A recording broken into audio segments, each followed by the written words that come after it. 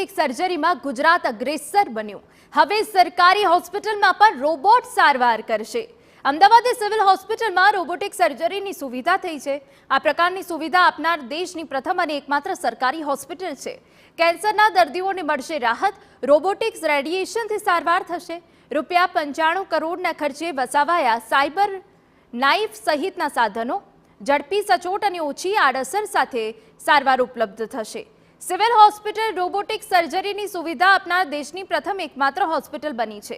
કુલ 95 કરોડના ખર્ચે cyber knife, ટોમોથેરેપી સહિતની રોબોટિક સુવિધાઓ ઉપલબ્ધ કરવામાં આવી છે, જેનાથી કેન્સરની સારવારમાં ખૂબ જ મદદ મળશે.